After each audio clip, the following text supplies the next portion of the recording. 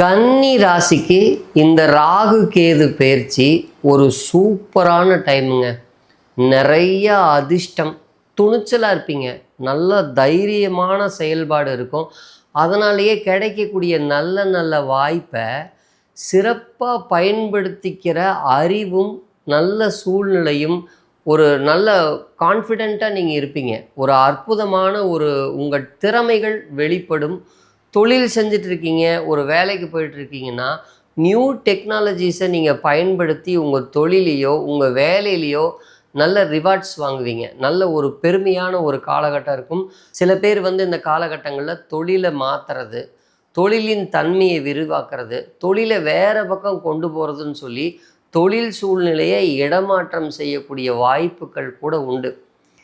நீங்கள் நினைக்கிற எல்லா விஷயத்துலேயும் சக்ஸஸ் ஈஸியாக கிடைக்கிற, அப்படி ஈஸியாக தட்டிட்டு போயிடுவீங்க. அப்படி ஒரு சூப்பரான நல்ல அதிர்ஷ்டமான டைம். இந்த காலகட்டத்தில் நல்ல எஃபர்ட் போடுறதுக்கு சோம்பேறித்தனம் பற்றாதீங்க. நல்ல உங்கள் நாலேஜை ஃபுல் ஃப்ளெட்ஜாக பயன்படுத்துங்க. முழுமையாக உங்கள் திறமையை வெளிக்காட்டுங்க. கிடைக்கிற வாய்ப்பை விடவே விடாதீங்க. மோதி பாருங்கள். எதிரிகளை வெல்லும் இடம் 6ஆம் இடம். எதிரி ராகு அங்கே உட்காரும்போது உங்களுக்கு வரக்கூடிய எல்லா பிரச்சனையுமே 6ஆம் இடம் ஏறக்குறைய. ராகு அங்கே உட்கார்ந்துருக்கிறனால உங்கள் எதிரிகளை பூரா அழித்து, அதாவது எதிரிகள்னு சொல்லக்கூடாது, நம்ம வாழ்க்கையில் சந்திக்கிற பிரச்சனை, பொருளாதாரத்துக்கு போராடுறோமா அந்த பிரச்சனையை அழிச்சிரும். இது மாதிரி வீடு வாசல் வாங்கணும்னு நம்ம நிறைய ஃபைட் பண்ணுறோமா அந்த சிக்கல்களை தீர்த்துரும். அப்போது இயற்கையாகவே நிழல் கிரகங்கள் உட்காந்து உங்களுக்கு ஒரு பலத்தை கொடுக்குற இந்த ஒரு அற்புதமான ஒரு கிஃப்ட் டைமை நம்ம ஏன் வேஸ்ட் பண்ணணும்?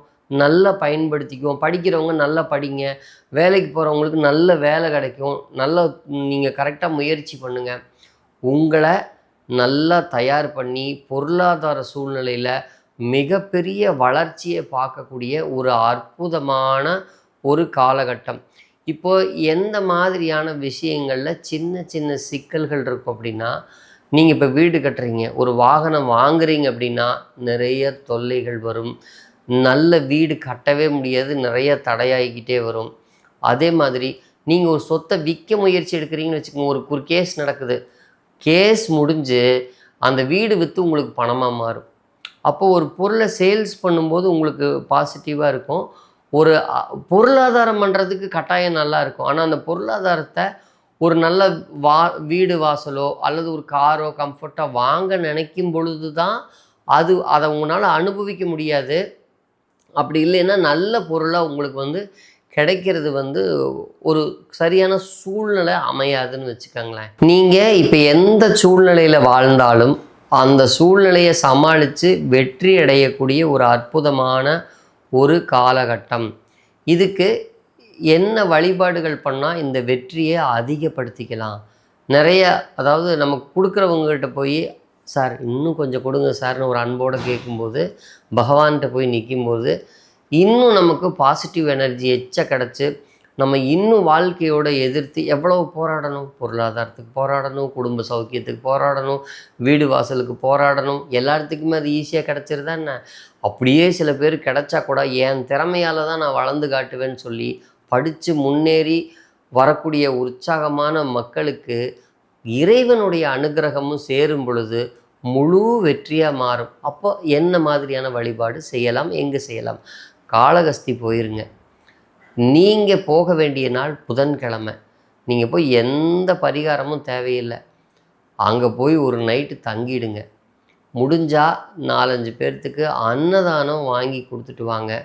குறிப்பாக செருப்பு தானம் பண்ணுங்க. அங்கே இல்லாதவங்களுக்கு ஒரு மிகப்பெரிய கிஃப்ட்டு உங்களுக்கு ராகு நிச்சயமாக தருவார்.